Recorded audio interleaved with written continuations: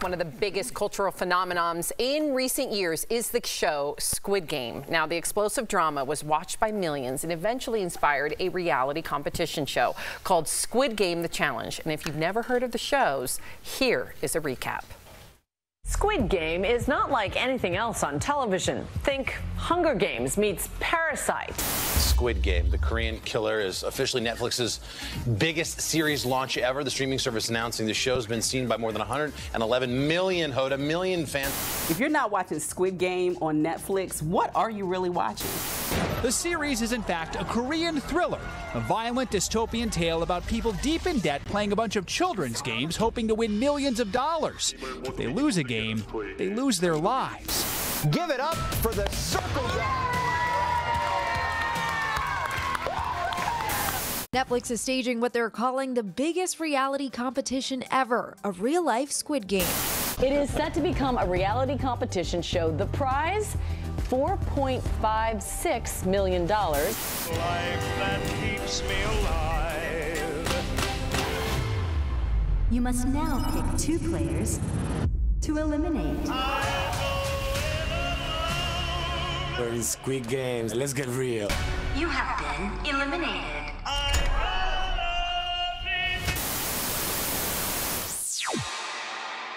456 people competed in the reality competition, but only one made it to the end. Please welcome to DBL the woman who won $4.56 million, Whelan! Mai Whelan!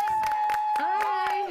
Thank you for having me. Mai, I just have to say, because my husband and I loved the competition show, and you were quite the competitor. Congratulations. You never, ever, in our opinion, lost your strategy. But we'll have to learn more what that strategy was.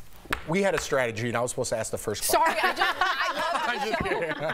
Mai, congratulations. Thanks for being here. I got to know, what was it like before your life, that is, before you joined this show? What made you want to do this? So before the show, I am pretty much an athlete. I love competition, you know, not just for fun, not, you know, to be like stabbing each other back or anything, but I always loved, you know, sports. And, you know, and my 9-to-5 job was working for Department of Homeland Security.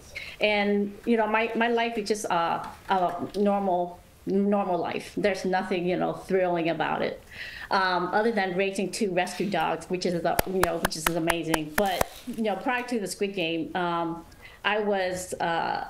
I love watching, you know, the Squid Game: The Challenge. My husband got me to watch the show, and at first I didn't want to watch it because it was, you know, very gory. So he persuaded me for me to watch the show, and I went binge watch for 2 days, and then when he, you know, saw the advertisement for Squid Game: The Challenge, he said, you know, this is all about you. You're competitive and you're gonna do great. And so I applied, but yeah, it's a road of no return. We appreciate you being here. Now, a lot of your success was strategic and mental, but many said that you were great at being deceptive. Do you agree with that? I'm not deceptive. I think I keep everybody at a distance. That's why I don't believe in alliances. I mean, I have friends, but also, you know, you always keep your friends close, but your enemy closer. So that's my strategy.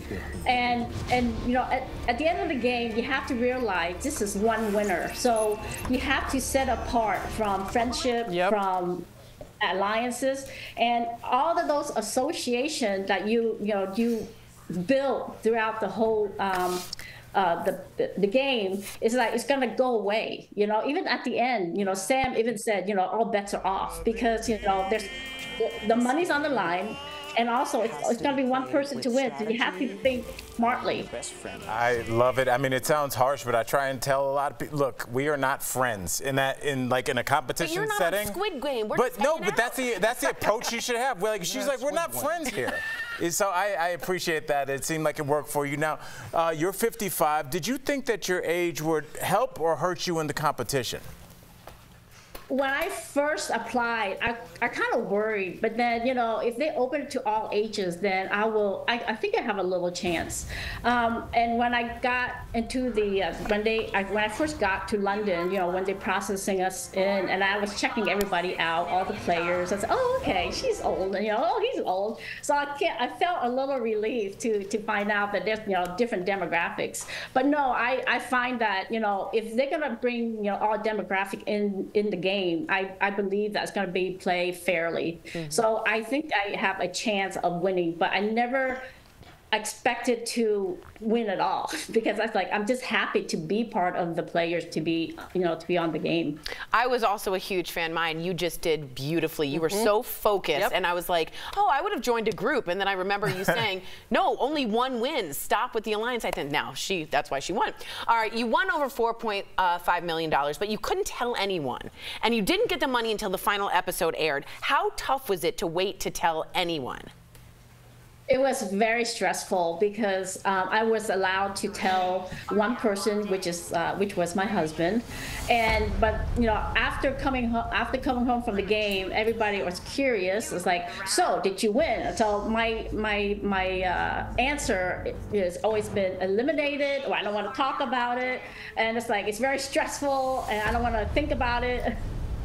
So that has been like, it was very hard. But then again, you know, after initially I said, you know, I got eliminated, and people just leave me alone. So it was easy, but yet hard not to like celebrate with your family. Yeah, that's amazing. I'm so happy for you, Mai. I really am. What do you plan to do with the money?